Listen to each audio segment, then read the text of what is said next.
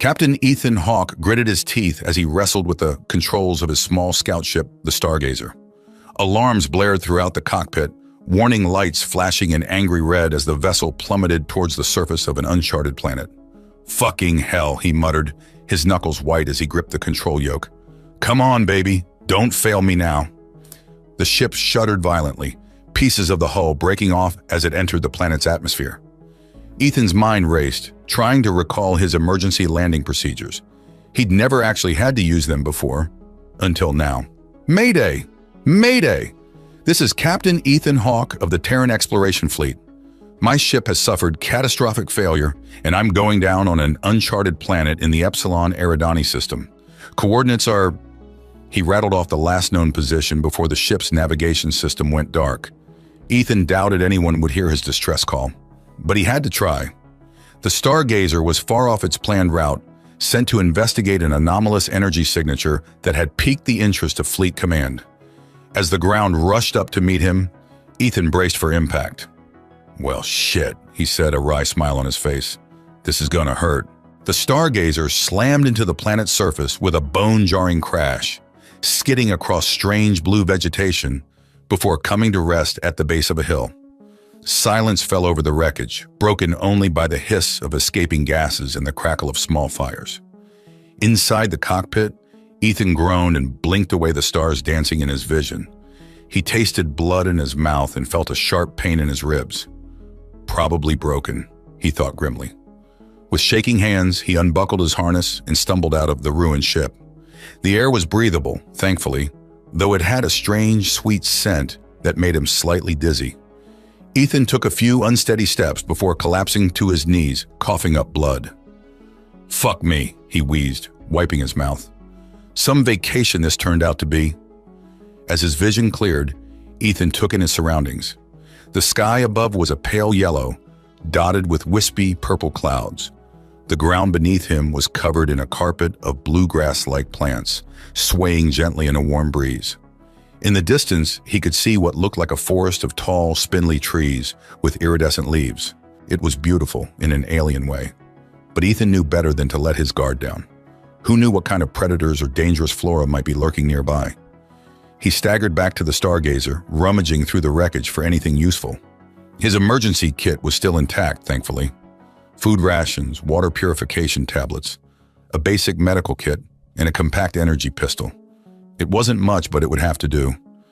As Ethan tended to his injuries, he heard a rustling in the blue grass behind him. He spun around, pistol at the ready, only to freeze in shock at what he saw.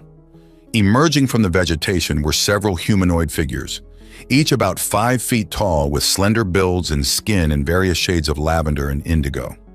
Their large, almond-shaped eyes regarded him with a mixture of curiosity and wariness. But what truly caught Ethan off guard was that they all appeared to be female, with delicate features and curves that were unmistakably feminine, despite their alien nature. One of the aliens, with shimmering silver hair that seemed to float around her head like a halo, took a hesitant step forward. She made a series of musical chirping sounds, tilting her head as she studied Ethan. Hello there," Ethan said, lowering his weapon slowly. "I come in peace?" The alien girl's eyes widened at the sound of his voice. She turned to her companions, chattering excitedly. Then, to Ethan's amazement, she pointed at him and said in halting, accented English, "Man, you are...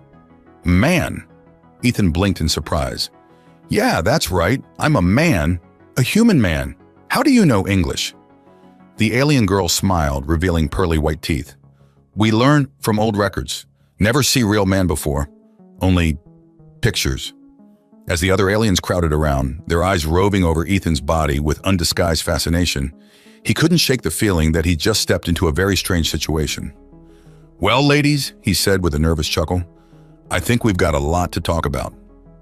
Little did Ethan know his crash landing on this mysterious planet was about to lead him on an adventure beyond his wildest dreams, one that would challenge his perceptions, test his limits, and ultimately prove that humanity's greatest strength lay in its ability to adapt and persevere in the face of the unknown. As Ethan followed the group of alien women through the shimmering blue grasslands, he couldn't shake the feeling that he'd stumbled into some bizarre fever dream. The silver-haired alien who'd first spoken to him, She'd introduced herself as Errol, walked beside him, peppering him with questions in her broken English. "How you come here? Where you're female?" Errol asked, her large eyes blinking rapidly. Ethan chuckled, wincing as the movement aggravated his injured ribs. "I crashed, sweetheart. Wasn't exactly planned. And I don't have a female. I mean, a mate. I'm single." Errol's eyes widened even further, and she relayed this information to her companions in a series of musical chirps and trills. The other alien women reacted with what Ethan could only describe as excited giggling. "Okay, what's the deal here?"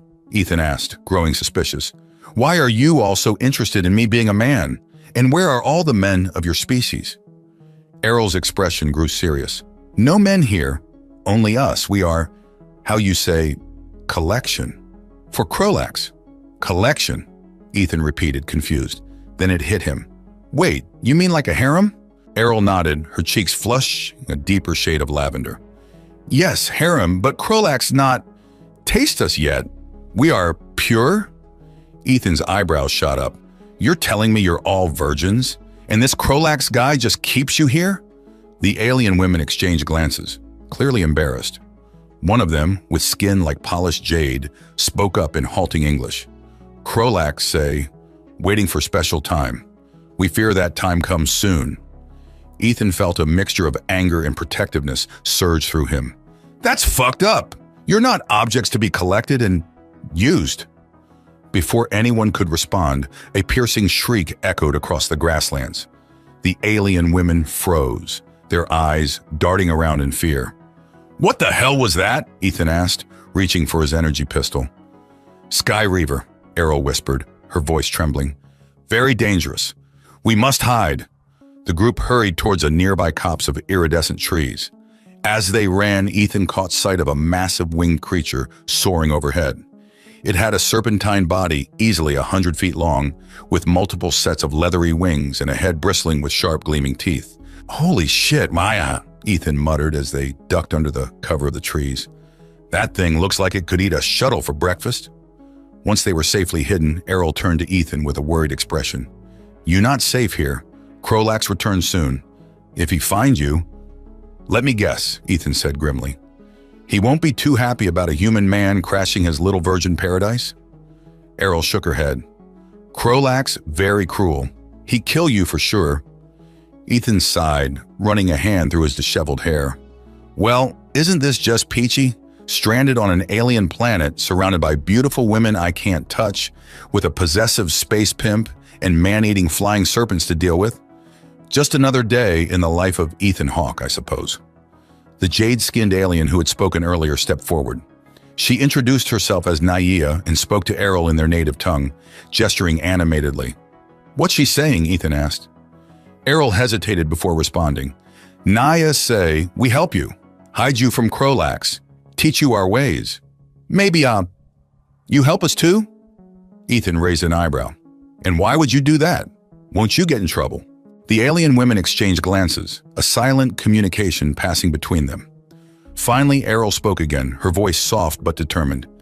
"We tire of being collection, want freedom, not want to be tasted by Krolax." A slow grin spread across Ethan's face. "Now that's more like it. You ladies want a jailbreak? I'm your man." As they made their way deeper into the alien forest, Ethan's mind raced with possibilities. He knew he was in way over his head, but damned if he wasn't going to give it his all. These women deserve better than to be some intergalactic jackass's playthings. "So tell me more about this Krolax character," Ethan said as they walked. "What are we up against?" Errol's expression darkened. "Krolax very powerful. Many ships, many weapons. He come here every few cycles to inspect his collection." "Charming," Ethan muttered. "Any weaknesses? Vulnerabilities we can exploit?" Naya chirped something to Errol, who translated. "Naya say Krolax have special device, control all systems on planet. If we take device, we can turn his own security against him." Ethan finished, nodding appreciatively. "I like the way you think, Naya." As night fell and they made camp in a secluded glade, Ethan couldn't shake a nagging doubt. He was just one man. A capable one, sure, but still human. How the hell was he supposed to outsmart and outfight an alien crime lord with vastly superior technology. As if sensing his uncertainty, Errol sat down beside him, her silvery hair glowing softly in the alien moonlight. "You worry," she said simply. Ethan sighed. "Can you blame me? This is a bit out of my usual line of work. I'm an explorer, not a revolutionary." Errol placed a delicate hand on his arm, her touch sending an unexpected shiver through him. "You are human. Humans always surprise, always find way." Despite himself, Ethan felt a smile tugging at his lips. "You've got a lot of faith in a species you've only just met." Errol's answering smile was radiant. "We learn of humans from old records. Your kind. How you say, unbeatable?" Ethan chuckled. "I think you mean unstoppable. And I hope you're right, Errol, for all our sakes." As he settled in for the night, surrounded by his newfound alien allies, Ethan Hawke made a silent vow. He would find a way off this planet, and he'd make damn sure these women came with him. It wasn't just about survival anymore. It was about doing what was right. "Oh, for fuck's sake," he whispered to himself as he drifted off to sleep. Tomorrow, the real adventure would begin. As the days passed, Ethan found himself growing closer to the alien women, particularly Errol and Naya. They made their way through the lush alien landscape, always on guard for sky reavers or any sign of Krolak's return. In the quiet moments between their planning and survival efforts, curiosity got the better of his companions. One evening, as they sat around a small, bioluminescent fire, Naya approached Ethan with a mixture of shyness and determination in her eyes. "Ethan," she began hesitantly, "we wonder, how human males different from females?" Ethan nearly choked on the strange fruit he'd been eating. Well," he coughed, "there are some pretty significant biological differences." "Why do you ask?" Errol chimed in, her silver hair shimmering in the firelight. "We only see pictures. Never real human before. Very curious." "Right," Ethan said, rubbing the back of his neck. "Well, I'm not sure how different human anatomy is from your species, but..." He launched into an awkward explanation of basic human biology, trying to keep things as clinical as possible. The alien women listened with rapt attention, occasionally interrupting with questions that made Ethan's ears burn. "So, human males have external reproductive organs?" Errol asked, her head tilted in fascination. "Yeah, that's right," Ethan replied, desperately wishing for a change of subject. Naya's eyes widened. "Can we see?" Ethan cleared his throat, his face flushing. "Well, I suppose there's no harm in a little, cross-cultural exchange. For science, of course." Errol and Naya exchanged excited glances. "Yes, for science!" Errol agreed eagerly. Trying to maintain some modesty, Ethan awkwardly shimmied out of his flight suit, down to his standard-issue boxer briefs. The alien women crowded around, eyes wide with fascination. "So strange," Naya murmured, reaching out a tentative finger to poke at Ethan's chest. "Squishy." "Hey now, Ethan laughed, or gently batting her hand away. "Humans are a lot tougher than we look. Though I will admit, you ladies seem to have the advantage in the muscles department." Errol giggled, her cheeks darkening to a deeper purple. "Human skin so soft and warm. Like Kala Beast Cub." "I'll take that as a compliment," Ethan said wryly, "though I promise I'm not nearly as cuddly." As Errol and Naya's hands roamed over Ethan's exposed skin, he couldn't suppress a shiver of pleasure. Their touch was electric, simultaneously foreign and enticing. Naya traced the lines of his abs with a slender jade-colored finger, marveling at the way his muscles tensed beneath her touch. "So firm," she murmured appreciatively. "Like the trunk of a young velox tree." Errol, meanwhile, had become fascinated by the dusting of hair across Ethan's chest. She ran her fingers through it, giggling at the unfamiliar texture. "It's so soft," she said, her silver eyes sparkling with delight, like the downy feathers of a hatchling sky reaver. Ethan chuckled, trying to ignore the way his body was responding to their intimate exploration. "Glad you approve," he said, his voice slightly strained. "But maybe we should, call it a night?" Naya pouted, her full lips glistening in the firelight. "But we have so much more to learn," she protested, her hand drifting lower, skimming the waistband of Ethan's boxer briefs. He caught her wrist gently, his heart pounding. "Whoa there," he said, forcing a laugh. "Let's not get too carried away." Errol leaned in closer, her breath warm against Ethan's ear. "Ethan," she said, her silvery eyes glinting with mischief, "we have been thinking. You have taught us so much about your world and your ways, but there is still much we wish to learn." Ethan raised an eyebrow, a smile tugging at his lips despite his better judgment. "Oh? And what might that be?" Naya pressed herself against his side, her jade skin shimmering in the dancing firelight. "You have shown us the differences between human males and females, but we wonder, how do humans express affection? How do they mate?" Ethan nearly choked on air, his face burning. Well," he sputtered, "that's a bit of a complicated question. Human courtship and intimacy can take many forms." Errol and Naya exchanged a meaningful glance, a silent communication passing between them. "Then perhaps you could show us?" Errol suggested, her voice low and inviting. Ethan hesitated, torn between propriety and the undeniable pull he felt towards these beautiful, exotic women. "I'm not sure that's such a good idea," he said slowly. "I wouldn't want to take advantage." Naya placed a gentle hand on his arm, her touch sending sparks of electricity racing through his veins.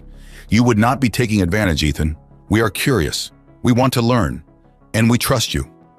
Looking into their earnest, eager faces, Ethan felt his resolve crumbling like a sandcastle before the tide. "All right," he relented, "but we take things slow, okay? And if anyone feels uncomfortable, we stop." The women nodded, their eyes shining with anticipation and something deeper, more primal. And so, under the alien moons, Ethan began a new kind of lesson, one that explored the depths of interspecies connection and pleasure. He started with the gentle art of kissing, his lips brushing softly against Errol's, then Naya's, savoring the unique texture and taste of each.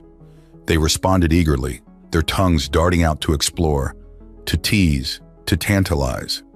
Soon they were lost in a whirlwind of sensation, hands roaming, bodies pressing closer, breath mingling in the cool night air. Ethan showed them the playful tease of wandering hands, the ecstasy of intimate touch. He trailed his fingers along the curves of their bodies, marveling at the silken smoothness of their skin, the firmness of their muscles. He found the sensitive spots that made them gasp and shiver, the hidden places that brought them to the brink of rapture. Errol and Naya proved to be eager and attentive students, their curiosity and passion driving them to explore every inch of Ethan's body in return. They marveled at each new sensation, each unfamiliar texture and contour, their eyes wide with wonder and desire. In turn, they shared their own unique forms of affection. The soft twining of prehensile hair around his limbs, the electric tingle of bioluminescent patterns dancing across his skin, the harmonic hum of their voices raised in shared bliss. Ethan felt himself drowning in a sea of sensation, each touch, each caress, each whispered endearment pushing him closer to the edge of some unknown precipice. As the night wore on and the fire burned low, Ethan lost himself in the heady rush of passion and emotion.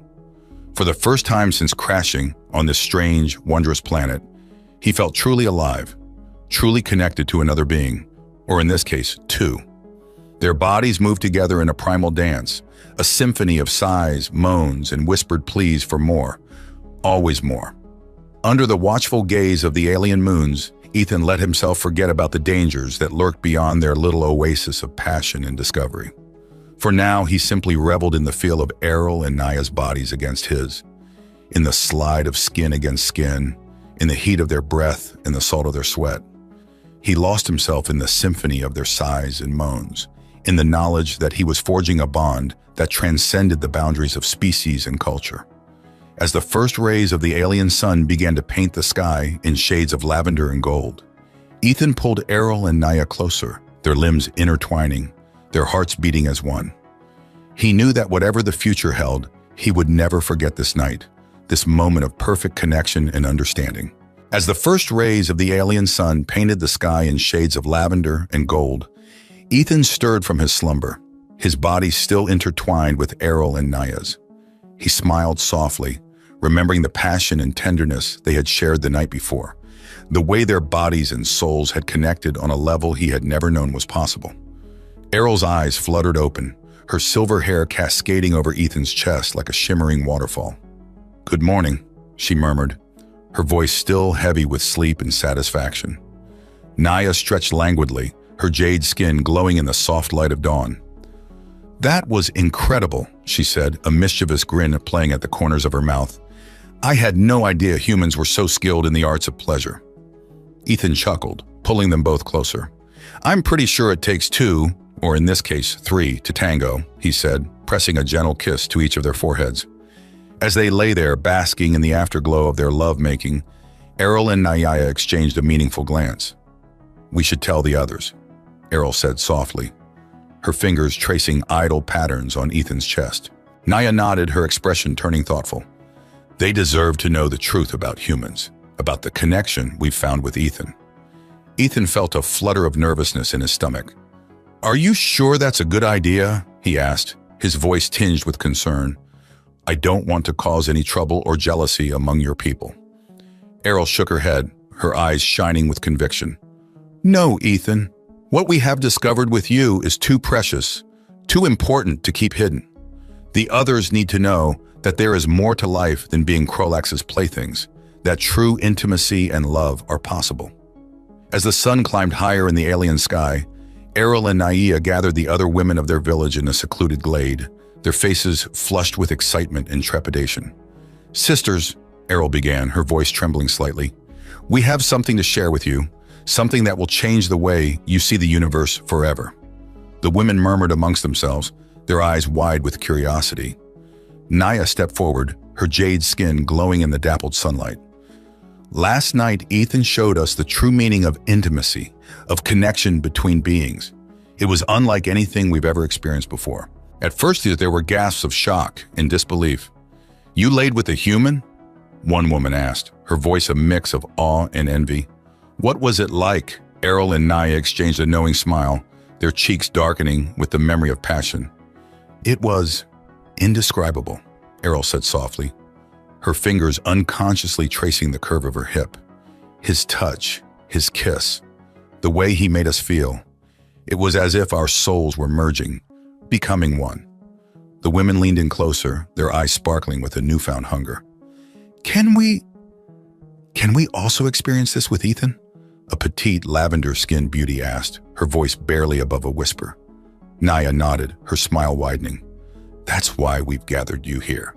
Ethan has agreed to teach us all the ways of human affection, to show us that there is more to life than being mere playthings for Krolax." Over the next few days, Ethan found himself at the center of a whirlwind of feminine attention and desire. The women came to him in pairs and small groups, each one eager to learn and explore the mysteries of the flesh.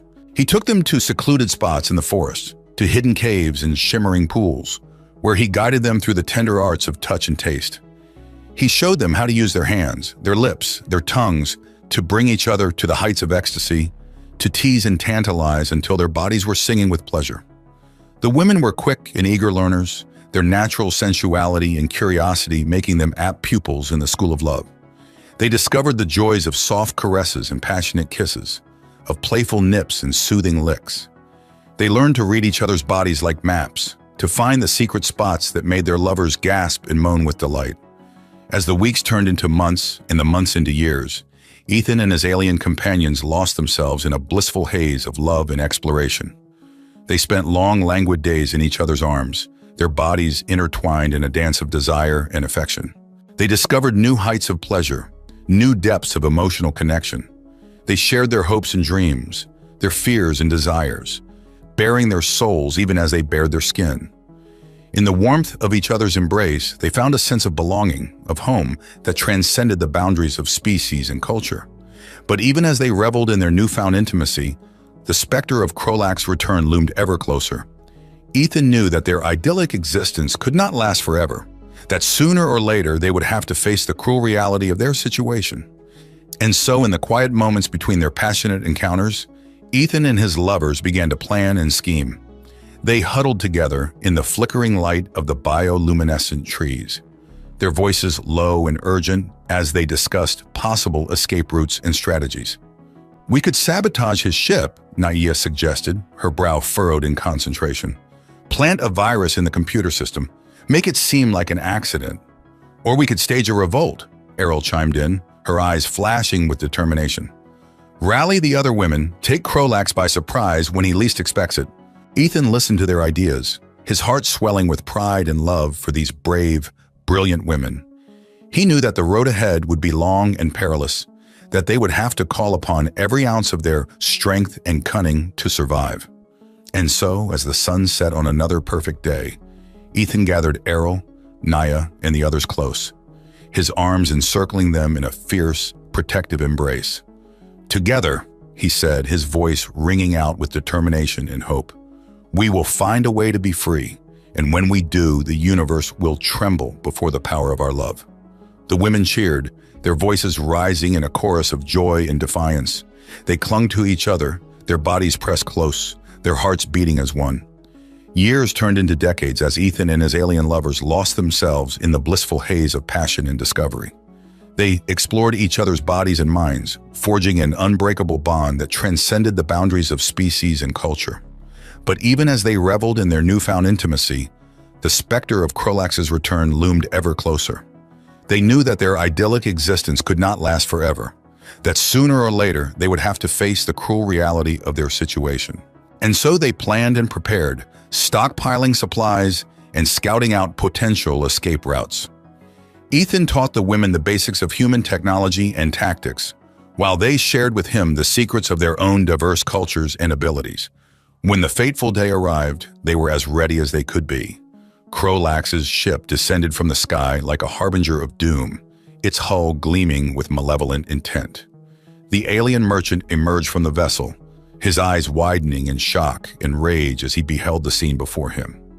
His once docile harem, gathered from a dozen different worlds, had been transformed into a fierce band of warriors, their bodies lean and strong, their eyes blazing with defiance. "What is the meaning of this?" Krolax roared, his voice shaking with fury. "What have you done to my investments?" Ethan stepped forward, his chin held high. "They are not your investments, Krolax. They are living, breathing beings with the right to choose their own destiny, and they have chosen to stand with me, to fight for their freedom." Krolax sneered, his gaze raking over Ethan with contempt. "You think you can defy me, human? I am the master of this world, and 1,000 more besides. You are nothing but an insect beneath my feet." But Ethan just smiled, his eyes glinting with a fierce, unyielding light. "You're wrong, Krolax. I am not just a human. I am an idea, a symbol of hope and defiance. And ideas cannot be killed, no matter how hard you try." With a roar of rage, Krolax charged forward, his claws outstretched. But Ethan was ready for him. He dodged to the side, his reflexes honed by years of training, and brought his makeshift spear up in a vicious thrust. Around them, the women fought with all the strength and skill they possessed. They hurled stones and spears, tripping up Krolax's henchmen with well-placed kicks and punches. Errol and Naya fought back to back, their movements perfectly synchronized as they took down one attacker after another. The battle was fierce and bloody, but in the end the women emerged victorious. Krolax lay dead at their feet, his once mighty empire crumbling to dust. As the smoke cleared and the dust settled, Ethan gathered his lovers close, his heart swelling with pride and love. "You did it," he whispered, his voice hoarse with emotion. "You're free now, all of you." But even as they celebrated their hard-won victory, a bittersweet realization settled over them. They knew that their time together was coming to an end, that Ethan would have to leave this world and return to his own, and that the women would have to find their way back to their own diverse homeworlds. Naya was the first to speak, her eyes shining with unshed tears. "I'm coming with you," she said, her voice soft but determined. "I can't bear the thought of being parted from you, not after everything we've been through." Ethan's heart leapt with joy, but he forced himself to be practical. "Are you sure, Naya? What about your own world, your own people?" Naya just smiled, her hand finding his in the fading light. "My home is with you now," she said simply. "Wherever you go, whatever adventures lie ahead, I want to be by your side." And so, with heavy hearts and tearful goodbyes, Ethan and Naya boarded the small, sleek ship that had brought him to this world so long ago. They watched as the alien landscape receded behind them, the figures of their friends and lovers growing smaller and smaller until they were nothing but specks on the horizon. As they set course for Earth, Ethan turned to Naya, his eyes shining with love and wonder. "Are you ready for this, my darling?" he asked, his voice soft and tender. Naya just smiled, her hand tightening around his. "With you by my side, I'm ready for anything. Let the universe bring on its worst. We'll face it together, hand in hand, heart to heart." And so, as the stars streaked by outside the viewport, Ethan and Naya held each other close, their love a beacon of hope and strength in the vast, uncharted reaches of space. They knew that the road ahead would be long and hard, that they would face challenges and dangers beyond their wildest imaginings. But they also knew that as long as they had each other, as long as they held fast to the unbreakable bond they had forged in the crucible of their alien paradise, nothing could stand in their way. And the universe itself seemed to sing with the power of their love, a love that would endure across the ages, a love that would never, ever die.